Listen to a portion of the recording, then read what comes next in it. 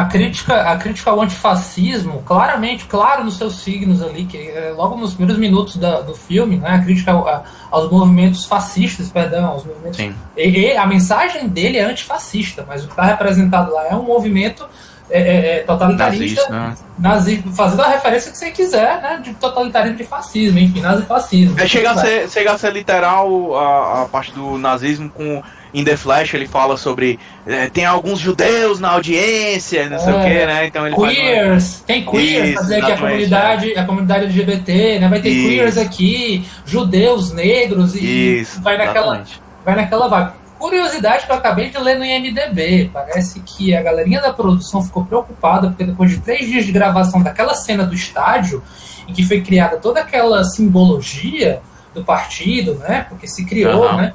Parece que uma galerinha depois apareceu com um corte de cabelo para representar aqueles 2 martelos. Você liga o efeito da onda? Quem viu a onda, esse filme? Sabe? Quem viu sabe do que eu tô falando, sabe? Existe... Da onda, né? Olha a onda. Existe a possibilidade, existe a possibilidade no mundo moderno de um movimento... O cara foi daqui até lá pra baixo. Um poço em segundos, velho. Sabe o que é isso? É aquela onda havaiana que vai lá quando o homem tá solto, velho. Quando o homem tá solto, é isso aí. Sabe aquela onda, sabe aquela onda havaiana que vai assim, vai no monumental, aí te afunda. É isso. Não, vai de filme alemão a Tchacabum em segundos, velho. Meu amigo, aqui é um poço de inutilidade por segundo metro quadrado. Mas então, parece que... Como destruir isso é sua preferida em 5 segundos. E a sua moral também, seu filme. Mas então, parece que a galerinha apareceu meio influenciada, né? Porque na onda a gente tem o questionamento do professor, né? Seria possível, no mundo moderno, com o conhecimento que nós temos, a história que a gente tem, recriar um fascista, recriar nazismo, entendeu? Aqui, nesse experimento, e o filme bota essa inquietação. Moral da história, parece que foi vida real, né? Parece que a galerinha apareceu meio influenciada pela simbologia que o filme estava tentando criar e parece que não entendeu lá muito bem que a ideia é um antifascismo. Entendeu zero, mas né, lembra que a gente estava discutindo isso? Isso me lembrou agora, viu, Davi e Luquita? Quando a gente estava falando sobre Ele Está de Volta, que girava toda uma preocupação nossa de que, vem cá... Foi uma preocupação minha. A gente pode falar sobre... Será que a galera entendeu a piada? Que esse filme ele tá tentando fazer uma propaganda para tirar um sarro, mas ao mesmo tempo ele diz, olha, se olhe no espelho, porque foi só aparecer... É um mega problema que a gente tem aí, que se você não fala, pior ainda, né? Se você não fala sobre a história, pior ainda, né? Acontece o que acontece aqui no Brasil hoje, né? No nosso contexto, né? Que você pode levar para tanto na vida pessoal quanto profissional, certo? Esteja aberto para falar o óbvio, porque às vezes o que é óbvio para você não é óbvio para outras pessoas. Então é por isso que quando a gente tinha conversado a respeito do Ele Está de Volta, eu não indicaria porque eu acho extremamente problemático, porque tem algumas pessoas que iam olhar e iam apoiar muito, um reflexo de como elas lidam com o seu dia a dia, um reflexo de como elas lidam com o mundo externo e principalmente o reflexo de como ela vê o mundo dentro de si. E a leitura nossa foi mais ou menos essa, né? Indicamos com ressalvas, eu não indico para algumas pessoas e alguns disseram, indicamos com ressalvas. E ficou esse debate. Bem, enfim, que me ensejou isso agora, né? Isso é uma curiosidade de bastidor desse filme, o sinal no IMDb é grande, tem 52 trivias lá para quem quiser dar uma olhada. E essa foi uma das que eu pincelei aqui agora, que eu achei assim, particularmente preocupante. No final das contas, né? A gente tá falando ele tá falando lá de guerra, tá falando de simbolismos com a guerra e outras coisas, e daí... E o pior é que o símbolo é um martelo, né? É 2 martelos. Exatamente para quebrar o muro, né? Então é exatamente o Henrique fez a referência, né? Então com nós fãs de Pink Floyd, né? Quando vamos, a gente faz essa coisa assim, que é os martelos cruzados, né? Que é o...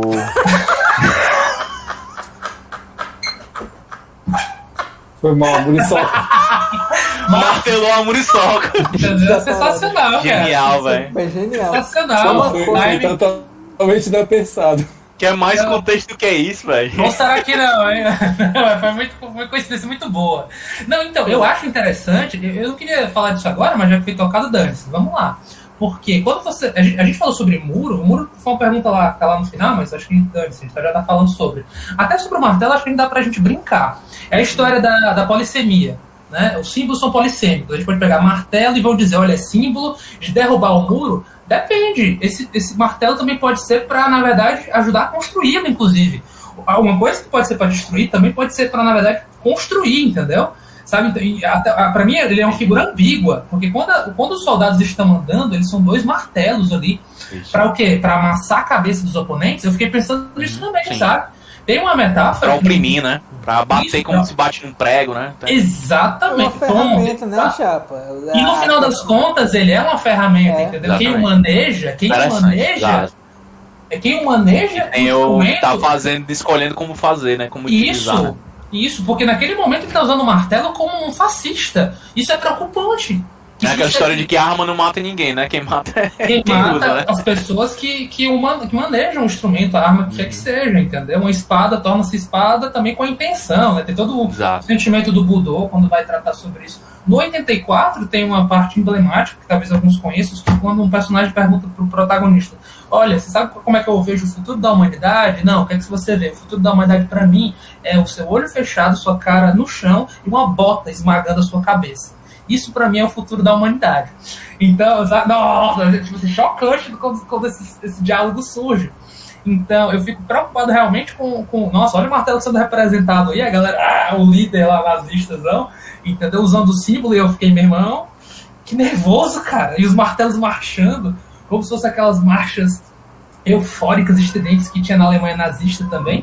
E se você quiser brincar, dá um pouquinho também nos regimes de uma maneira geral, tá? Inclusive se você quiser ir para a União Soviética também, com as marchas, enfim, militaristas e por aí vai, né?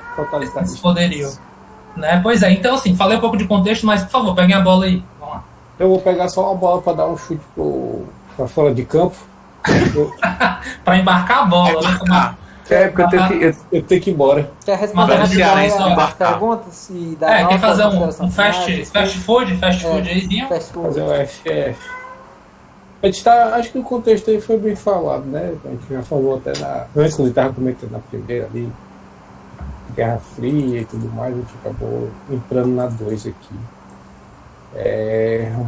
O governo brasileiro nos 10 anos levou a sério a ideia do Pink Floyd de nós não precisamos de educação. Isso aqui nos últimos 10 anos. Eu não entendi nada do que tu falou, ficou, mano. Tô lendo a 3. Tô lendo a 3 só pra mim, cara. Aqui, tá bom, vou ler, ó.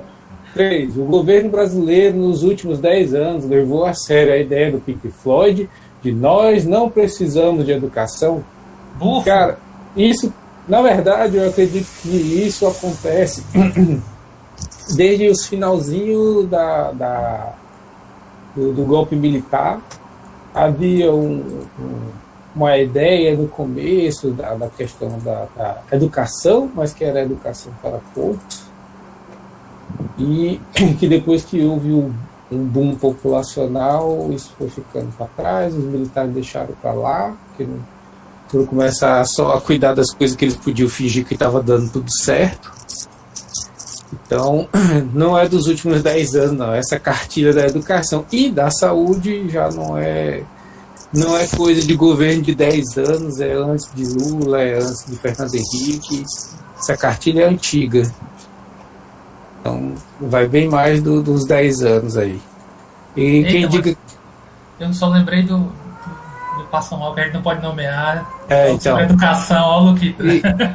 Vamos tomar cuidado com esse papo aqui da gatinha. Desculpa, Henrique. Desculpa, Henrique. Não, foi até nessa boa. Aqui agora. E quem diga que não é, vai estudar história e olhar dados. Enfim. Eu ia adorar conhecer esse rapaz. Eu ia adorar conhecer, mas quem não ia gostar? Chamou. Cara, sobre o muro, pra você, o que é um muro? Cara, o muro, na verdade, o muro físico, ele é a concretização do que é o muro ideológico, né? O que é o muro das ideias, o que é o muro que permeia a sociedade e nossa própria mente. É aquele que separa, né? Aquilo que faz a divisão, aquilo que gera a divisão entre as coisas, e que também, por um outro lado, ao gerar essa divisão, que é uma divisão que, na verdade, eu acho que mentalmente ou socialmente ela já existe, mas o muro concretiza isso, né? Mas ao concretizar, tem uma coisa que concretiza isso, também gera uma revolta, porque faz a gente entrar em contato direto com a existência de que existe esse muro, de que existe essa separação, e a vontade de quebrar esse muro, a vontade de transgredir essas separações, né? Então, eu acho que o muro aí tanto traduz o conceito do muro físico de Berlim e tudo aquilo que representou, né, daquela separação, mas acho que também traduz essa ideia desse muro que faz essa separação entre as ideias, entre a sociedade, entre as coisas, mas que, por um outro lado, aí, como ele vai colocar lá, o desejo nasce a partir daí, o desejo de derrubar esse próprio muro. O muro gera o desejo de derrubar o próprio muro. Então, ele concretiza algo que, na verdade, acaba gerando depois a raiva daquilo, da separação, né? Depois traz a vontade de querer destruir. E é interessante que ele coloca, porque ele vai falando lá que tal pessoa, tal caso, é apenas mais um tijolo no muro. Ou seja, dá a ideia que o muro, na verdade, é construído por nós. Nós somos o muro, né? Aqueles que se colocam, de certas formas, ali, que fazem essas separações, ou geram a separação, são apenas mais um tijolo no muro. Então ele coloca lá do professor que quer sistematizar o aluno, né, quer colocar ele quadrado ali, e outras questões que ele coloca, né, que vão nos limitar, né, ou que vão nos de uma certa forma nos agredir, para a gente não ter a nossa liberdade, impedir a nossa liberdade, são peças desse muro, né? E que, ao se defrontar com esse muro, alguém que é assim, uma situação que é assim, gera naquele que é separado, aquele que é excluído, a vontade de destruir o muro, de quebrar o muro, né? Então, acho que o muro representa esse contexto ideológico aí, esse contexto de ideia, né? Mas também representa a questão mais palpável aí, que é a questão da separação da sociedade ali que ocorreu na Guerra Fria, né? E meu peixe, sim ou não? Você é somente um tijolo nesse muro? Cara, acho que somente não, mas às vezes a gente acaba sendo sem querer. Justo. A gente tenta não ser, mas às vezes a gente se encaixa nesse tijolo, né? A gente se encaixa nesse muro. Então, é a briga de tentar quebrar o muro sem se deixar querer virar tijolo. Fica aí a dica, galerinha. Façam essa frase e coloquem, entendeu? Marmitão. Ou então, Clarice Lispector. A internet não se importa. Até porque a internet não se importa, Einstein. Entendeu? Tá, mas Einstein disse. A Eisenbach, aquela marca de cerveja lá, entendeu? Que bota lá que ninguém liga, afinal de contas. Ninguém procura fonte mesmo. Ninguém... É porque é verdade, né? É porque é verdade. Henriqueta, eu não sei, você quer considerar isso como considerações finais? Ou como é que você quer conduzir aí? Considerações finais. Agora eu vou fazer vou aproveitar o momento para fazer uma sátira, uma brincadeira aqui. É que se você olhar assim, uma avaliação minha do filme, né, para não deixar passar barato, se você olhar que ali, na verdade, por trás de toda aquela história que estava acontecendo, por trás de todo aquele contexto ali que existia, colocava de uma forma bem clara que existia um homem que estava ali se sentindo mal porque perdeu a sua mulher, Porque ali, na verdade, ele mostra que a mulher é algo que vem dominar o homem, que é aquela flor que come o homem, né? Ou então o símbolo que faz da vagina, ou contra o fálico, que o uma relação sexual ali, né? Uma relação sexual. Mas que há uma dominação do lado feminino em cima do sempre fálico. aparece para assombrar, né? Uma vagina, como se fosse essa simbologia, né? E que, na verdade, a música, o filme o que foi o Pink Floyd nesse momento era um grande momento de sofrência, de dor de cotovelo, porque o cara estava sentindo falta da mulher. Então, tudo que gerou isso, né? Tudo que gerou isso foi a culpa é da mulher. A falta da mulher é a culpa da mulher, cara. Então, Henrique, você está querendo dizer que isso é um filme de casal? O chifre é que mata o homem. O chifre é que mata o homem. Isso é um filme de casal? É isso? Não é um filme de casal, era um filme de abandono e traição. Porque não havia mais o casal deixou de ser. Tá certo. Pós-casal. O pós-casal. Então é um filme de sofrência. Ex-casal. Ex-casal. Na verdade, por trás de tudo, havia sofrência, porque a sofrência do homem que perde a sua mulher é que gera a inspiração para a música. É nada mais que uma rocha, né? Um sertanejo, velho. É isso aí. A gente descasca essa cebola, essa banana. As coisas já tá lá fora. Porque homem não chora. É isso aí. É a mesma coisa, né? Só que em inglês, né? Exatamente. Isso. A gente descasca a pseudocutizeira, entendeu? Isso, aí botou um solo assim, mas no final é a mesma coisa. No núcleo, tá lá, mano. Tá lá, cara. O cara perdeu o preguitinho. O núcleo mesmo, o cabo sofreu. Aí alguns se expressam do jeito que é o sertanejo arrocha. Tem gente que faz Pink Floyd, né? Pois é, cara. Então... No debate sobre Pink Floyd, a gente e mais uma vez, Davizinho, vai do gosto do cliente, né? Vai do gosto do corno também, né? Então, o cara pode ficar com o Pink Floyd, pode ficar com algum outro daqui. Se o cara se é um corno roqueiro, ele vai fazer uma obra antológica, né? Dessa. É uma sorveteria, tem sabor pra todo mundo. Vai de Reginaldo Rossi a Pink Floyd, cara. Exatamente. Meu irmão, puta merda, cara. Isso é genial demais, mas chegar nesse ponto, cara. É muito bom. Eu tinha que soltar essa, cara. Cara, Crepúsculo. Super pertinente. Crepúsculo dos ídolos, meu irmão. Eles têm que cair, entendeu? O negócio de ficar, não, é arte superior, meu ovo, entendeu? A galera de todos os lugares tá falando sobre as idas e vindas do amor, entendeu? As ranhuras, né? Os ressentimentos, é isso daí, entendeu? Vamos lá, vamos. Tem gente que manda o outro ir morar no motel, né? Letras muito elaboradas, né? Assim, não é a mesma coisa, né, mano? É só com no fundo, é só com requinte a mais, entendeu? É poesia rústica, cara. Raiz, né? Raiz. Cara, raiz. Poesia, não sei, mas é rústica. Complicado isso daí. De Matanza a Pablo Rocha. Mas muito bom. Ei, Henriqueta, você quer deixar palavrinhas, deixar considerações aí e tal, notas ou não? Não merece? As considerações ele fez agora. Eu fiz as considerações, agora vou deixar as palavras, né?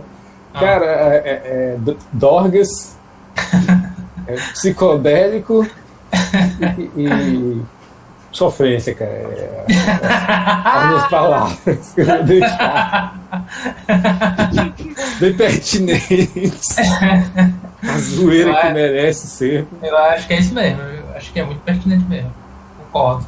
E a nota, Peixe? Cara, a nota eu vou dar um 8,5. Uau! Para quem meu lado que conhece um pouco do Pink Floyd deixa 8,5, o meu lado que não conhece nada deixa um 4. Então, é um homem dividido, mas é um homem dividido. Mas eu fico com 8,5 aí. Bom, você já vai sair, Henriqueta? Beleza. Já vou, cara. Tem que cuidar das coisas aqui. Amanhã falou, grande Henrique. Se cuide, meu filho. Se cuide aí, viu? Valores. Valeu, até mais. Mas voltando só para a questão que a gente tava falando para conectar, né? A gente tava falando bastante dessa questão do contexto, né? Eu lembrei de algumas coisas interessantes pra gente falar de contexto, né? Na época, exatamente por essa questão de divisão e de todo o relógio do mundo, né? Aí contando, né, o final do mundo iminente, toda essa questão, surgem muitas obras em que o futuro é sempre distópico, né? Então a gente sempre é aquele pessimismo, né? Então é uma época em que a questão é bem ligada para esse pessimismo, né? Então vale citar aqui outra banda, né? O Rush, não sei se vocês curtem ou conhecem, mas eles têm o 2112, né? Que é um dos álbuns ontológicos deles, que é de 76, é até anterior ao álbum do Pink Floyd, né? Em que é um álbum também conceitual, em que se passa sobre um futuro distópico, né, e também com essa ligação entre igreja e Estado, né, de uma outra religião, não as religiões que a gente tem hoje em dia, mas a religião do ano 2112, né, 2112, né, que é exatamente o nome do CD, né, e exatamente é um futuro sem música, é um futuro em que as pessoas estão colocadas nessa caixa, nessas coisas. Então eu acho que o contexto dessa questão da década de 70, né? Veio aquela geração de 68, né? Que foi a geração que começou a questionar, né? Aquela geração. E o Pink Floyd é dessa geração, né? Que vem dali dos Beatles e a Beatlemania, aquele negócio, né? Aquele movimento no meio de 78, a psicodelia e tudo. E todos os movimentos sociais, né? Que vem, então não precisa nem falar, né? 68 já é que nem 84, né? É um ano assim completamente icônico, né? E eu acho que começa o questionamento de como vinha aquelas sociedades, né? A sociedade europeia, a sociedade americana, a sociedade moderna, né? Se construindo e cada vez mais com esse contexto de Guerra Fria, de divisão do mundo e tudo, né? Se faz esse contexto de várias obras, né? Você pega Blade Runner também, mesma coisa, né? Mais ou menos da época ali, e dá esse mesmo contexto de que o mundo é uma coisa destruída, é uma coisa, né? Uma distopia, né? Então é muito. Não lembro se o Neuromancer também é dessa época, Eduardo, tu que é super fã. Década de 80 também, né? É década de 80. Exatamente. Final de 70 para 80, né? Como a gente diz, tem essa questão do Pink Floyd no 79, do The Wall, falar sobre essas coisas é um pouco um marco, né? Nesse sentido, assim. Mas que vai se espraiar durante toda essa década de 80, né? Que mostra todo esse sentimento que a sociedade estava sentindo nessa época, né? Então acho que é interessante dizer que não é a única obra, não é a única coisa, né? Nem musical é a única obra, mas tem várias coisas e ele consegue esse marco desse álbum, que é se conectar, né, entre a sociedade e o indivíduo, e como a sociedade funciona no indivíduo e vice-versa. Né? Ou seja, como o indivíduo que foi moído pela sociedade, foi feito isso, uma pessoa mais sensível, e se joga perante a sociedade, né? Como ele se agia, né, perante as pessoas, que era essa forma de se tornar um ditador, né? De se tornar essa pessoa, né, perante os fãs dele, né? Que foi exatamente o que levou o Roger Waters a fazer isso, né? Ele conta que teve uma hora que ele tava saindo de um show e os fãs tudo em cima dele e tal, e o cara, Roger, não sei o que, me dá um autógrafo e tal, e ele cuspiu na cara do fã, entendeu? Porque o cara tava importunando ele, sabe? Então ele tava tão completamente desfeito nisso que ele fez essa atitude, né? Aí foi aí que ele começou a conceber, né, essa questão de puta que pariu, que pessoa merda que eu sou, né? Eu não sou nada se não fosse esses caras aqui, né? Os meus fãs, né? Que me deram tudo, me deram essa fama, me deram tudo que eu tenho. Apreciam a minha música, apreciam a minha expressão artística, né? E eu tô fazendo isso com esses caras, né? O que me leva a isso, né? E ele vai começar a pensar sobre a vida dele. É uma psicanálise bem profunda, né? Esse álbum aí. Sim. Ele indo, né? Desde do coisa para ele chegar onde é que eu cheguei, o que é que eu me tornei, por que eu me tornei isso, né? Então e ele joga todos esses fatores, que são os fatores que vão no final do filme, né? Lá no julgamento, no The Trial, né? exatamente a mãe, o professor, né, representando a sociedade, o juiz, né, a pessoa da lei, né, o Estado ali representado, aplicando, né, a penalidade dele é quebrar os muros, né, ser julgado pelos seus pares, né, então que é o maior medo dele, né, exatamente estar se exposto e se ver julgado pelos seus pares, né, os seus comuns, né. Inclusive, assim, é um receio que eu noto muito que muitos artistas eles colocam, é a questão do receio de ser uma farsa, né? Essa vergonha de não reconhecimento. É um termozinho moderno, mas enfim, essa questão da impostura aí, dessas coisas chamadas de síndrome de impostor, mas esse receio mesmo de um não reconhecimento do outro, né? Do outro no sentido amplo aí também. Mas, assim, colocando enquanto músico, né? Se você for ver, assim, o receio do que os outros vão dizer, até mesmo os fãs, né? Aquele questionamento, porra, eu sou bom mesmo nisso, entendeu? Por que a galera ouve o que eu produzo? Tem coisa que eu produzo que eu tô cagando naquilo ali, entendeu? Tô colocando pra fora um grandíssimo produto de excrementos mentais, entendeu? Não que o cara fez um negócio feio, mas que ele colocou ali seus traumas, sabe? De alguma forma. E a galera, caralho, eu quero pra ontem isso aqui, entendeu? Tem aquela história que, inclusive, que quanto mais sofre, né, um artista, mais ele vai produzir, inclusive. Tipo pais e filhos. Mas ele é criativo, de certa forma, produz, né? Não, assim, isso pra começar, né? Pais e filhos ele fala, o cara tem que, né? O Renato Russo teve que dizer, galera, vocês se tocaram do que eu tô falando aqui em Pais e Filhos? O pessoal pede, né? Ele manda a gente, tá? Aí chega, aí eu vou fazer uma crítica. Aí chega Sambo e toca uma versão animadinha dessa música. Não satisfeito, toca uma versão animadinha de Sunday Bloody Sunday. Foi animado.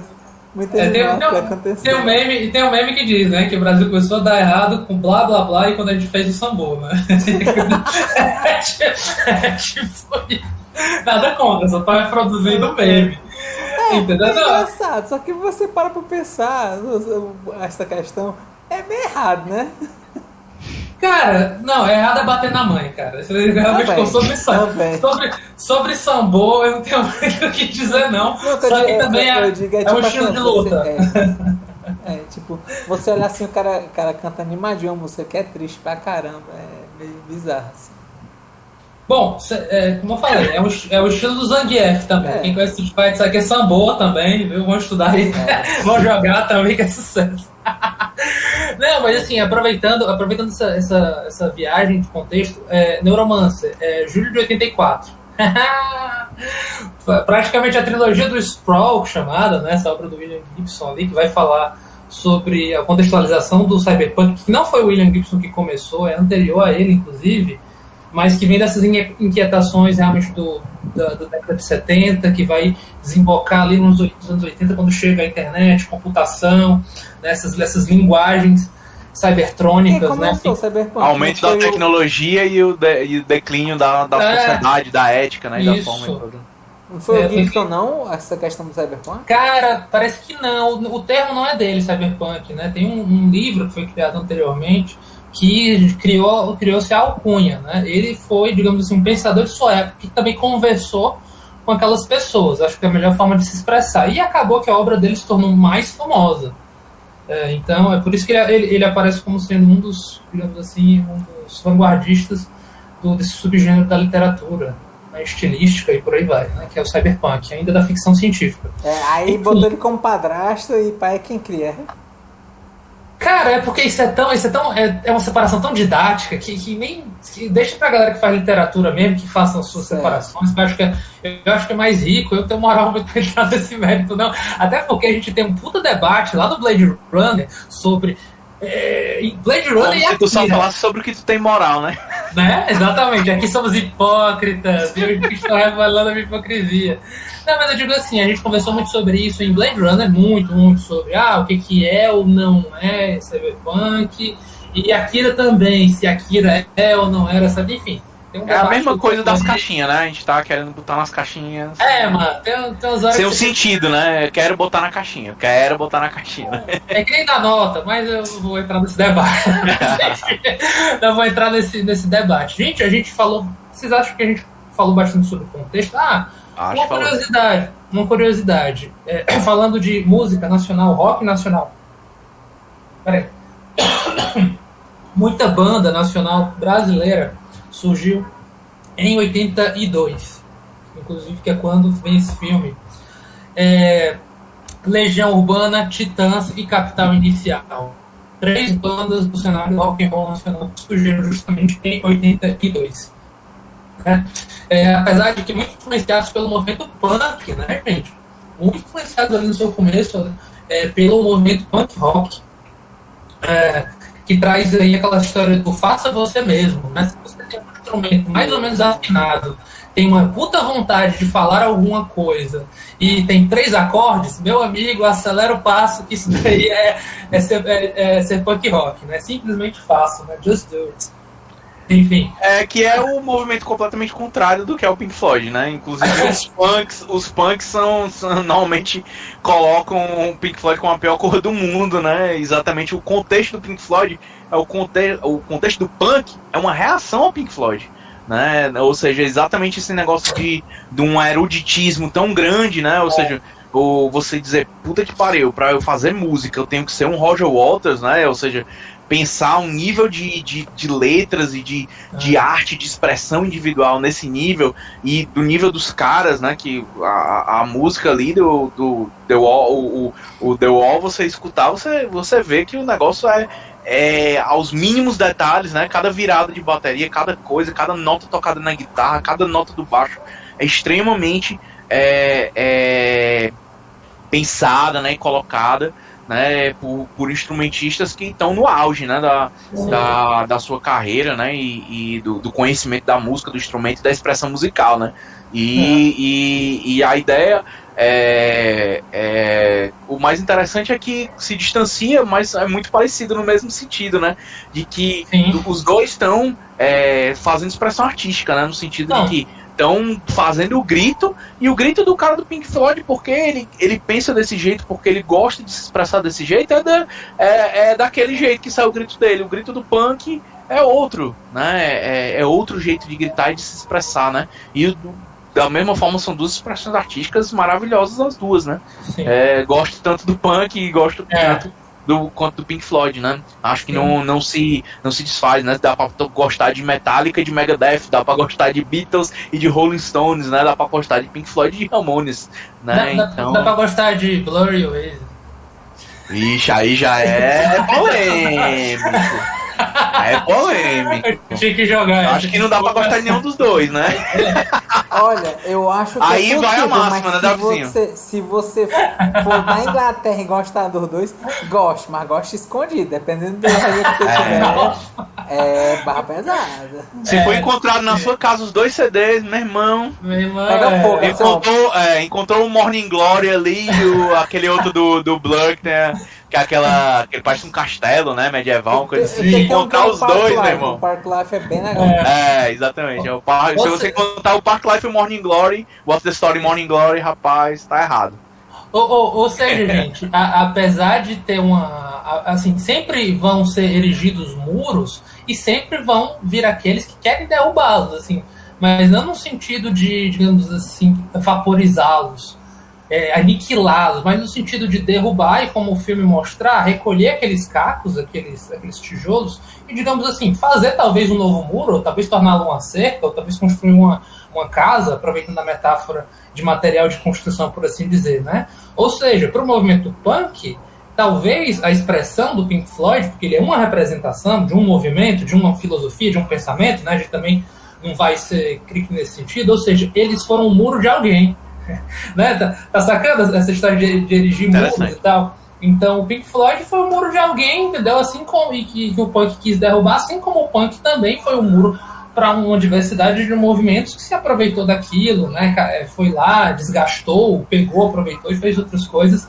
E daí a gente tem as influências ao longo da história, tanto do pensamento como dos movimentos musicais e por aí vai. Eu acho interessantíssimo isso na expressão da música, sabe? Como vai acompanhando, como você vê expressões musicais que têm a ver com pensamentos de sua época, de seus idealizadores, como isso na sua arte se expressa. Eu acho sensacional, né? Apesar de falar de quebrar muros, mas no sentido muito amplo e metafórico, se a gente também for pegar por esse viés simbólico, Pink Floyd foi muro de alguém, e sempre vão haver muros sendo erigidos, e até que ponto, né, vale a pena quebrá-los, enfim.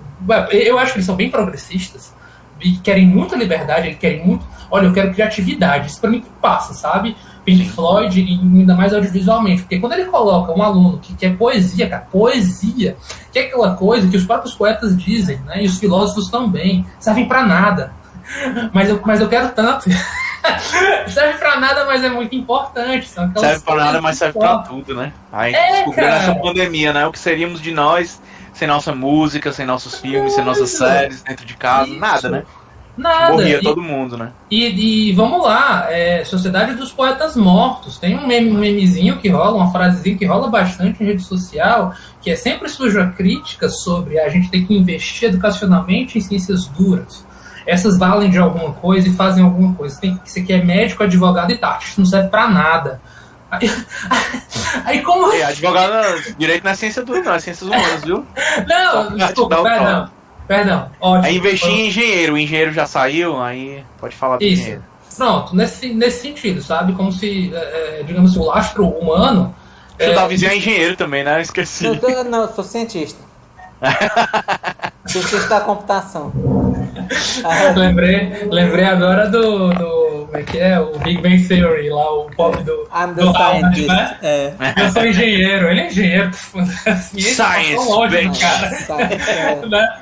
Não, então, nesse sentido, tem esse memezinho que fala, essa é uma passagem do Sociedade dos Poetas Mortos. Olha, medicina e tal. Ele diz lá, isso tudo é muito importante, mas a gente vive pelo amor, entendeu? Pelas paixões, pelas amizades, pelos sentimentos fortes. É isso que nos move.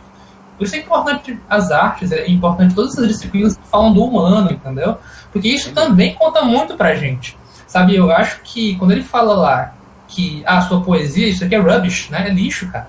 Isso aqui é bobagem, entendeu? É uma bobeira. Vamos lá aprender sobre os movimentos, assim, qual é a medida, entendeu? Nada contra a matemática, mas eu acho que ele tá colocando ali, olha, tentaram me recriminar pelo fato de eu querer me expressar poeticamente. E como a gente falou, porra, é tão importante, tão inútil, mas ao mesmo tempo tão importante. Então eu acho que ele é um cara que defende puramente a criatividade, se expressa, entendeu? Vão surgir muros, derrube-os, entendeu? Desfaça-os, desconstrua-os. Ele me passa muito essa mensagem. A importância que ele colocou foi exatamente fazer um filme. Né? Ele fez a música e fez um filme. Ele fez uma carreira mostrando onde a poesia... Ele disse, não vai levar a nada. Olha onde a poesia me levou. Dei a volta ao mundo. Né? E a galera diz que não serve pra nada, né? Vai te lascar, né, meu irmão? serve. Não, e aí que tá. E aí a gente traz a reflexão, meu irmão. Você lê um livro, Bíblia... Mas, vamos lá, essa própria expressão servir para alguma coisa já tá errada, né? Já tá errado.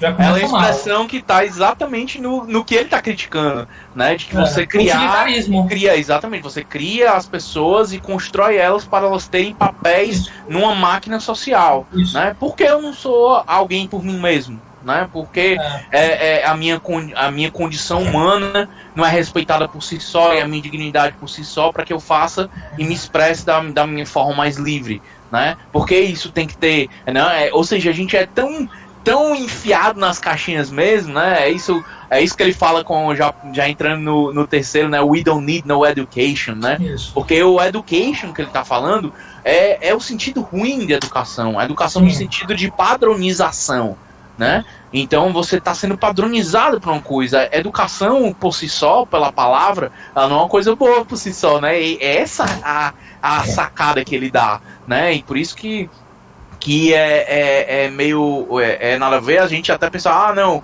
o governo tem investido em educação, não sei o quê, mas que tipo de educação? Né? Porque se investir na educação, como você falou, simplesmente tecnológica, por exemplo, né? E não na construção da mente humana e da condição de ser humano, né? Você vai ter do mesmo jeito pessoas que estão extremamente colocadas naquelas caixinhas, estão crescendo, fazendo um determinado trabalho que eles vão fazer pelo resto da vida e depois vai se aposentar e morrer, né? E ser uma chave dentro do sistema, uma engrenagem, né? Como no Chaplin, né? Assim, ou seja, tempos modernos já diz, né? Exatamente isso, né? Então essa é exatamente a crítica que ele tem à educação e ao sistema, né? Então essa perspectiva, né, moldadora dos nossos pensamentos, moldadora dos nossos costumes, que está tão forte, é tão arraigada, né, que a gente, até na hora da gente fazer uma crítica, né, como tu próprio fez, né, assim, hoje, na hora que eu vou criticar para dizer, olha, isso aqui é importante, mas eu estou dizendo, serve para alguma coisa, né, o seu parâmetro já está inserido dentro do sistema, né, ou seja, né, ou seja, precisa servir? Tem que ter, exatamente, esse é o primeiro ponto. O que é servir? Por que tem que servir? Servir é um termo e uma expressão dentro do sistema capitalista da mais-valia, né? Ou seja, eu vou pegar o seu trabalho, a sua força e vou transformar ela em alguma coisa que eu vou transformar em produto e vou vender, né? Então esse contexto, né? Eu acho, a respeito de algum desses aspectos, né? O serve para quê? Ele tem múltiplas respostas, porque, por exemplo, se você vai falar uma música, como é o estilo dela, aí o servir para quê dela é para saber se ela se adequa à tribo do qual você se relaciona. Porque, por exemplo, se eu falar um funkzão, aí você, como é a batida, como é alguma coisa, se você já sabe mais ou menos como é o funk, se você não gosta, ela, entre aspas, não vai servir para você no sentido de não é algo que eu goste, não quer dizer que ela é ruim, eu só não gosto. E quando eu acredito que o servir para, ele é muito, assim, subjetivo no sentido de ele não deve ser hermeticamente colocado para somente aquele aspecto, mas sim ele ser, vamos dizer assim, colocado em múltiplas formas, e aí dependendo da ocasião, dependendo de como ela introjeta dentro de você, ela vai ter esse servimento, vamos dizer assim, de uma certa forma, né? Vamos dizer assim, porque assim, mesmo que você não queira, você não goste, e pessoas em geral podem não gostar, no final colocamos em caixinhas certas coisas da nossa vida. Mesmo de uma certa forma inconsciente, entendeu? Já olhamos no dia a dia, na rua, quando a gente passa, a gente olha e a gente analisa com base na nossa carga emocional. Faz parte do nosso processo de entendimento, né, do mundo, classificar, com certeza. E a própria questão do serve para, ele tem até um sentido assim, evolutivo de autopreservação, né? A questão, o fogo, ele serve para... Aí o fogo serve para tal coisa, mas da mesma forma que ele te aquece, se você botar a mão, ele vai te queimar. Então acho que o servir para ele é interessante no sentido de você pode colocar certos graus de classificação, mas você não deve bater o martelo para somente eles. Bateu o martelo ali, ó. Entendeu? Tipo, dar aquela martelada final do juiz assim, pá, ele só serve para isso. Não, ele serve para muito mais coisas. Para você serve aquilo, mas para outras pessoas ele vai funcionar de outras maneiras. O lance aqui, Davi, eu acho que vai casar com o que você está falando, talvez com outras palavras.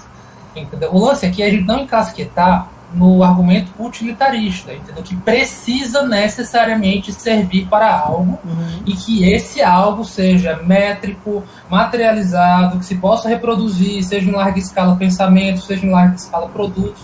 Tudo pode ser, de alguma maneira, transformado nesse tipo de produto, sabe? Porque, por exemplo, é velha história, cara. É a pergunta que tá... É o contexto, na verdade, que tá presumido. Quando você fala servir, você fala nesse sentido, né? Aí, se eu falar, serve pra me entreter, e daí?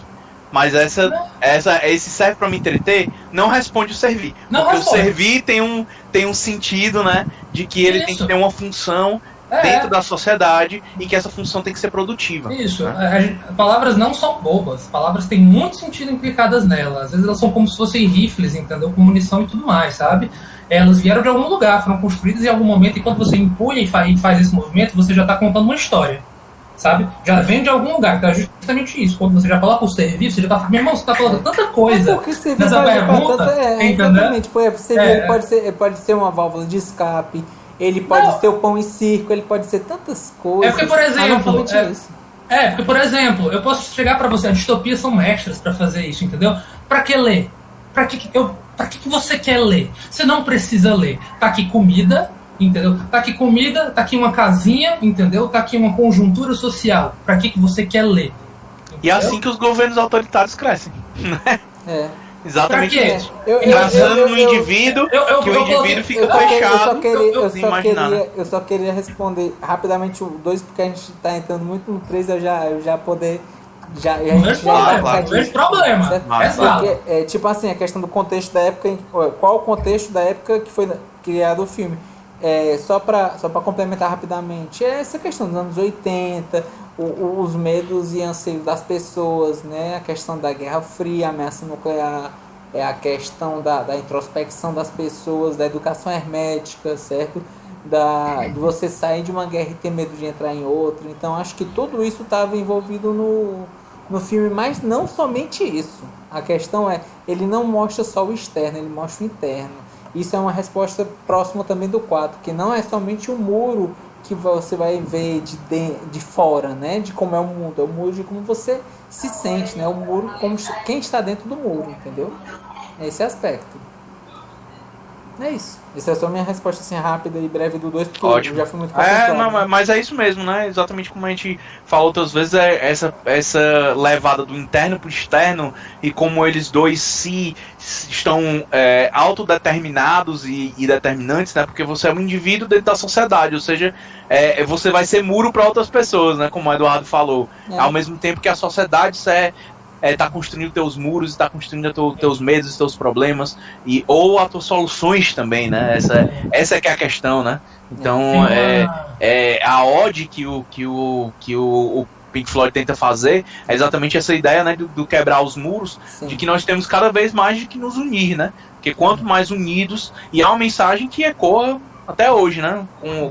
Como nós temos hoje uma sociedade separada, né? Então, por questões das mais variáveis de opinião que seja, né? Do gosto do freguês, né? Então a galera levou o gosto do freguês muito a sério, né? E esquece, nos coloca muito, a gente se identifica muito sobre o que a gente no que nos diferencia, e a gente esquece de nos associar pelo que somos iguais, né? Então na gente é muito mais parecido e a gente pode muito mais se identificar em coisas, em várias questões aqui dessa trajetória que a gente vê das músicas do Pink Floyd dentro do The Wall, né? Quem não se identifica em nenhuma parte do filme com aquilo que está acontecendo, seja no crescimento dele, ou seja nas inquietações dele, ou no como você quer às vezes se proteger do mundo, né? Ou quando você tem medo de sofrer, né? Seja por um relacionamento, seja por um problema, seja alguma coisa que você se feriu na sua vida, né? Então é uma carga de humanidade gigantesca, né? E se serve para alguma coisa, isso serve para muita coisa, na verdade, né? Serve exatamente porque se a gente crescer só a nossa tecnologia e todas essas coisas, a gente vai exatamente para esses futuros distópicos que a gente não quer, né? A poesia, é o ver, é o ócio, né? São essas coisas que fazem, na verdade, a gente crescer ao nosso criativo, né? A gente pensar fora da caixa. E pensar fora da caixa é o que, na verdade, nos mantém sãos e mantém a sociedade mais difícil de você restringir. Porque se eu não tiver, né, isso também no 2112, lá naquele álbum que eu citei do Rush, né? Eles tiraram a música da sociedade, né? Então a música, exatamente esse lado criativo, ninguém faz, e os caras falam, olha, isso aí não servia pra nada, isso aí eram uns escombros do velho mundo, e foi uma das coisas que fez a sociedade acabar. Eram essas coisas desnecessárias e vulgares, entendeu? E essas coisas desnecessárias e vulgares, na verdade, é que traz a nossa sensibilidade, a nossa forma de ver o mundo, né? E a nossa forma de pensar como poderia ser, né? Ou seja, quando você está dentro de uma distopia, né, aquele governo autoritário, aquele contexto autoritário, ele faz te pensar, você pensar que aquilo é a única vertente, que aquela é a única forma que o mundo pode se mostrar para você, porque ela é necessário, seja porque tinha uma ameaça comunista ou uma ameaça capitalista, né, do outro lado, né, ou porque tem uma ameaça disso no mundo, toda hora você está ameaçado,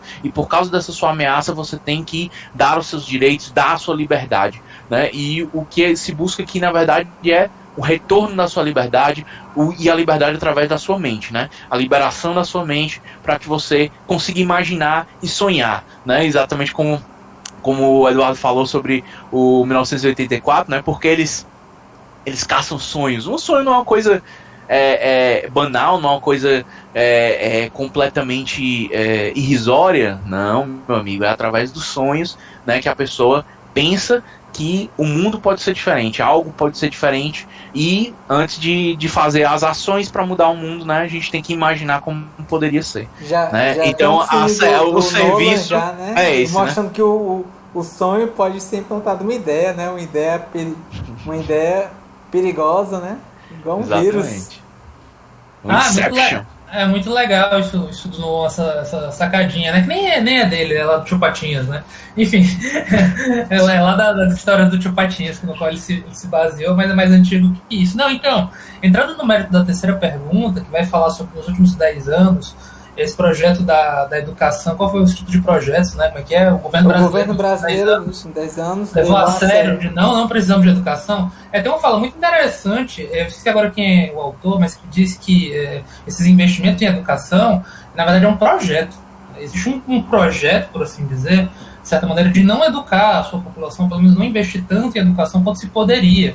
Que se a gente encarar a educação, ela deve ser um problema de um projeto de nação, não um projeto político de um partido, o que é que seja. Ou seja, é algo, se a gente for ver os exemplos de outros países, por exemplo, que agora são referência em educação, seja no nível básico superior, ela vai em consideração que eles demoraram pelo menos 15 anos. 15 anos Eduardo, de uma disciplina... Tu sabe que a gente não tem como é que se diz? Um modelo, a gente não tem vamos dizer assim, uma campanha espacial por causa disso, né? Porque a própria NASA já desestimulou nesse... Se não me engano, tem uma conversa que houve nos bastidores a respeito disso, que não é lançada aqui, porque imagina, eles lançam e eles vão levar às vezes 7 anos, às vezes mais. E nessa mudança de governo, como fica a situação? Porque tá um cara lá no espaço, você vai abandonar o cara, você vai deixar o cara morrer? Bom, obrigado, Davi, eu realmente não tenho moral não, mas... Mas bem, foi falado, é um plano de... por exemplo, plano na corrida espacial, né? A evolução a respeito disso é um plano de continuidade. Não importa qual governo esteja, ele tem que se manter. E ele não é barato, é caríssimo. E aí imagine, de repente o cara tá no espaço e o cara fala, ele vai ter que voltar daqui a 4 meses só, porque tem todo um planejamento, tem toda uma organização, e o cara de repente fala, não, a gente mudou o governo, volta logo. Não, mas eu não tenho combustível, não. Se vira. Como é que o cara se vira se o cara não tem equipamento para isso? Entendeu?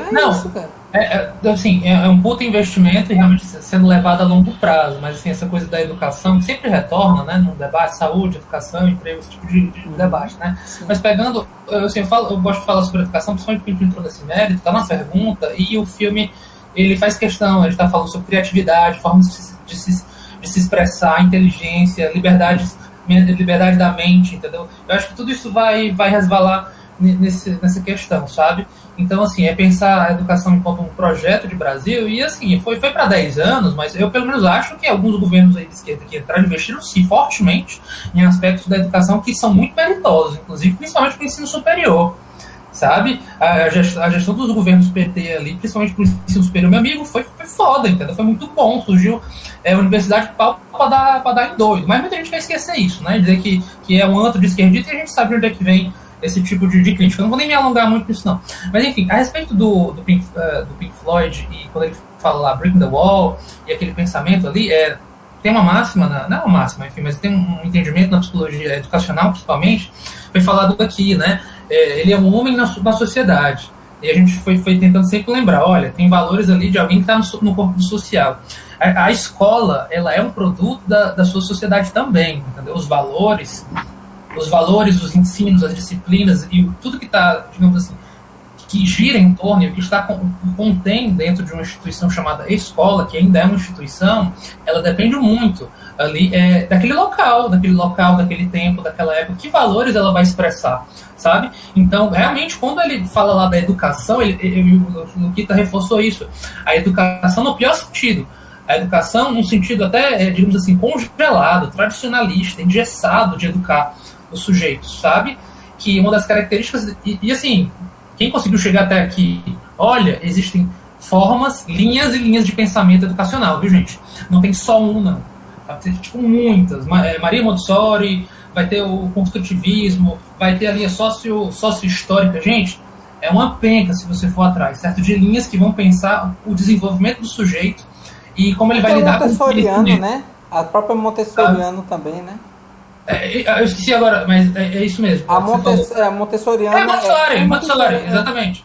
Então, assim, são muitas linhas de educação, mas eu vou pegar aqui o Paulo Freire, por exemplo, entendeu? Enfim, acho encalhado por muitos, né? Ele fala um negócio muito interessante, né? Que se uma educação não é libertadora, o sonho do oprimido é tornar-se opressor. Se você for atrás do que ele está querendo dizer com isso, tem um pouquinho aí do Breaking the Wall, entendeu?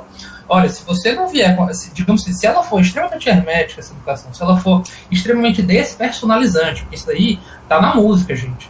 Uma educação tradicional, ela tá cagando para você enquanto indivíduo sujeito, com suas limitações, entendeu? Que o processo de aprendizagem não vai ser igual ao seu com relação àqueles 50 pessoas. Isso aí não é realidade, a gente fica se reportando muito a isso, né? A gente vai para um cursinho, para um ensino médio, são 50, 60 pessoas tacadas dentro de um caixote, viradas para o professor. E o professor está naquela posição de saber, de conhecimento. Muitas vezes é difícil para quem está dentro daquela estrutura quebrar um pouco disso, sabe? Quebrar essa lógica, né? Ele vai falar da educação extrativista, como se fosse um extrato bancário, né? E no final das contas, você vai lá, enfia o aluno com uma porrada de conhecimento, entendeu? Ele vai lá no final do mês, naquela prova, passar o extrato. Opa, beleza, passei, adquiri conhecimento, absorvi aquilo e acabou-se pronto. E vão ter linhas e linhas de pensamento que vão questionar isso, que vão valorizar a poesia, as artes cênicas, dança, inteligências corporais, inteligências sinestésicas, e o cara para que enfim, o debate é longo. Eu acho muito legal a mensagem que está lá nesse filme The Wall, e especialmente ali no Breaking the Wall, que mexe com a educação, que eu acho muito importante, entendeu? Quando vai falar sobre esse assunto, sabe? A criatividade enquanto um processo de libertação, e a educação sendo um ponto que poderia ser negativo ali. Ele trata como se, olha, ele é castrador, ele não é libertador, ele é tão somente castrador. Isso para ele foi muito potente. Ó, para de fazer poesia, entendeu? Sua poesia de nada serve, né? Mas enfim, não vamos entrar nesse...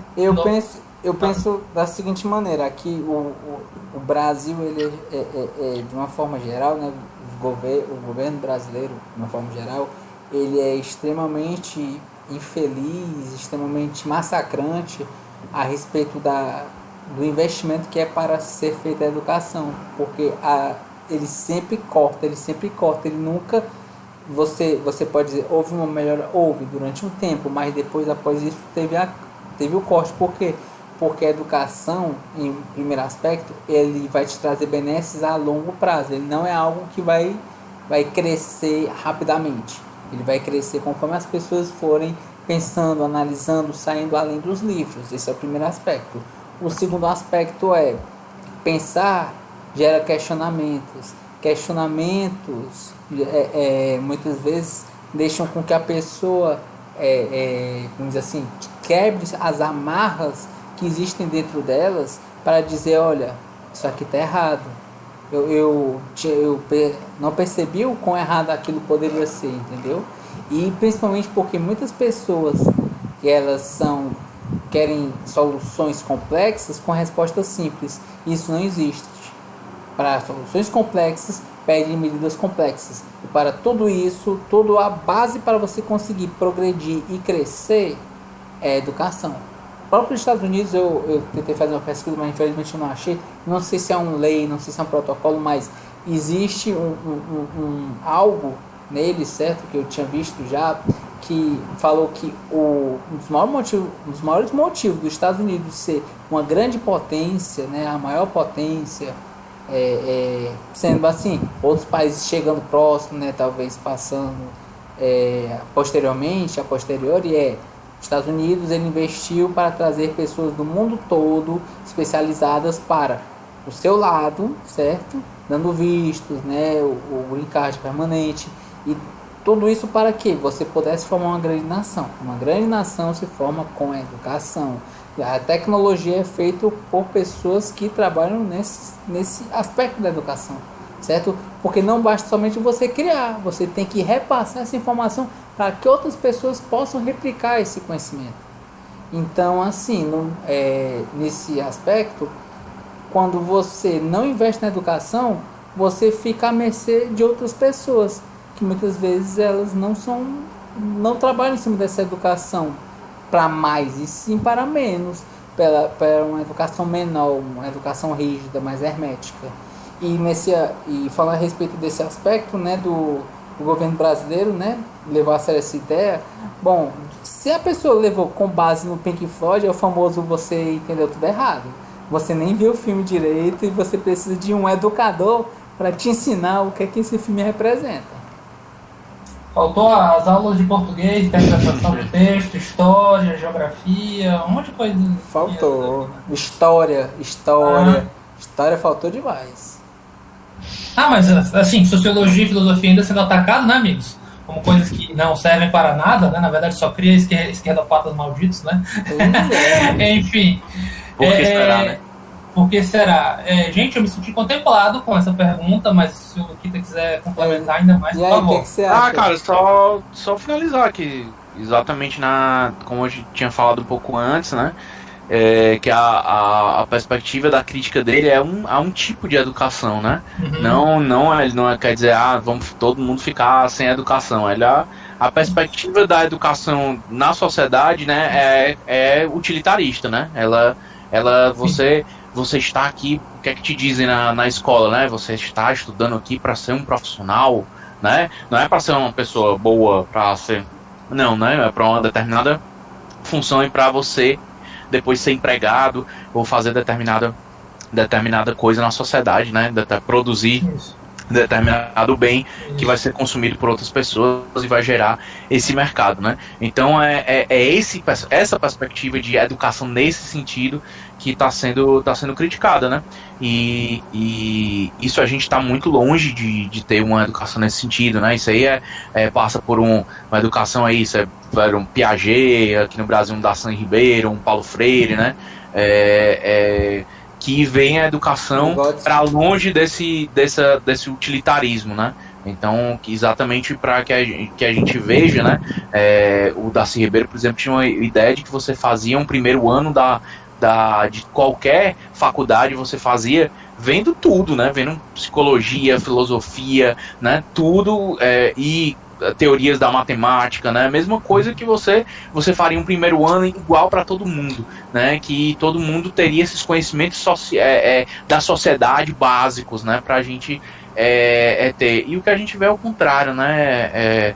No ensino superior, cada vez mais, mesmo que sejam disciplinas de humanas, como faculdade de humanas, como é o que eu fiz, né, que direito é de humanas, né, o pessoal chama de ciências jurídicas, não existe ciências jurídicas, é ciências humanas, né, então quer se separar, né, para tentar valorizar diferente, né, e as pessoas, quando fazem uma disciplina propedêutica, que chamam, né, sociologia, uma filosofia, acham terrível, né? Muitas vezes as pessoas não gostam dessas disciplinas e que são as ferramentas que fizeram a criação da disciplina do direito como um todo, né? O que seria do direito se a gente não pensasse qual a forma de sociedade e qual a forma de vivência que a gente quer ter e qual as regras que querem regir a gente, né? E que vem com a ligação entre direito e moral e justiça, o sentimento de justiça, porra, é tudo, né? É só tudo, né? Se você aprender o direito tirando essas coisas, você vai ser que o pessoal gosta muito de falar de operador do direito, né? Vai ser exatamente isso. É um cara que mexe, mais uma engrenagem, assim, na coisa que não vai contribuir para absolutamente nada na evolução daquela ciência, na evolução daquele pensamento, né? Então, não adianta, não é o sentido de, os governos nos últimos 10 anos, não.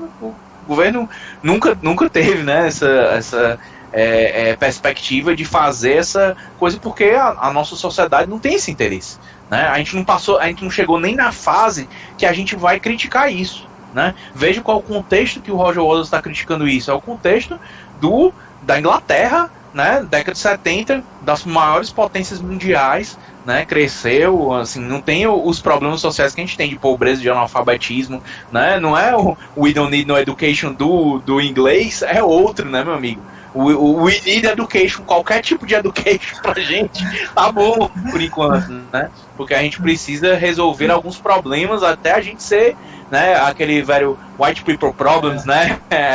Primeiro mundo problems, né? Ou seja, problema de primeiro mundo, né? Assim, a gente tem muito que andar, muito que crescer como sociedade para que a gente possa, na verdade, fazer essa transição, né, e começar a questionar, né, porque a gente tem que ter o mínimo de base de educação para poder até questionar a educação, né, senão a gente não tem nem essa possibilidade, né, então é um instrumento. Para mudar o próprio instrumento, ele tem que estar ativo, né, então entendo a posição do nosso amigo Diego ao jogar essa bomba aí à luz, né, essa provocação, assim, mas que vira uma coisa senso comum, né? Todo mundo sabe aqui que os problemas, né, não que já vem de muito tempo, né? Não significa que não foram muito intensificados nos últimos anos. Qualquer pessoa que, como eu, que participou de programas de pós-graduação, sabe, como alguém como o Eduardo, que é servidor de uma universidade federal, sabe, né? Sabe na pele o que está acontecendo, né? Cada um que tem as suas perspectivas aí, que botou um pezinho ali dentro, sabe o que é que aconteceu nos últimos anos, né? Então isso aí não é coisa para ninguém, não é uma perspectiva política de um ou outro, é um fato, né? Então é isso. Pra deixar a onda de choque, vou terminar com essa, galera. Seguinte, a história das políticas afirmativas, entendeu? A gente tem um público carente e tudo mais, que carece de assistência e tá chegando nas universidades, ainda é um puta bafafá, entendeu? Essa questão desse novo público, entendeu? Que sempre era de alguma maneira marginalizado do acesso ao ensino superior, por exemplo. Sim. Entendeu? Que tá chegando lá, sabe? Vem do jeito que vem do jeito que dá, sabe? Mas tá tentando, entendeu? Se formando, tentando estudar. Porque chegar na universidade é uma coisa, se manter é outra. Ninguém deve se iludir nesse debate, né? A manutenção dele, nossa, implica tanta coisa. Tempo, disposição, possibilidades, entendeu? Sabe? Porque beleza, você tá lá estudando, mas o que adianta se tem cachorro gritando, você não tem como pagar seu próximo, sei lá, sua janta, seu almoço, entendeu? Tem muitas coisas envolvendo o processo educacional que nem adianta ser mencionado aqui. E a outra coisa, eu esqueci o que eu ia falar, mas tá valendo também. Era uma bomba também, mas enfim, que se dane e vamos seguir o jogo, tá bom?